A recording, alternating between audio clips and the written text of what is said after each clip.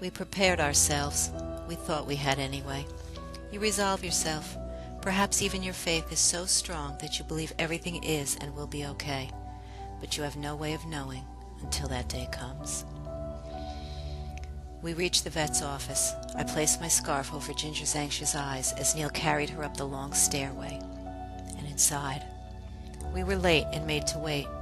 She lay on the floor in the reception area. I sat down next to her, placing her head on my lap. When you first came home, you had the mange.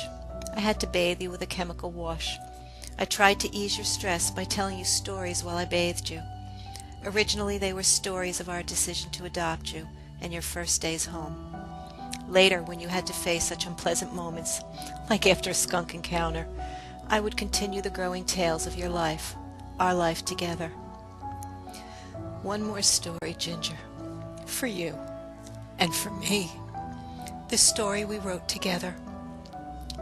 A lifetime of memories.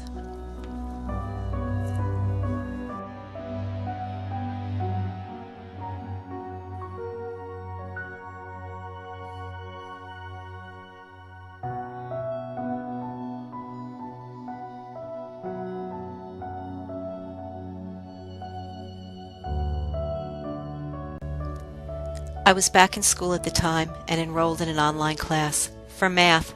I couldn't concentrate.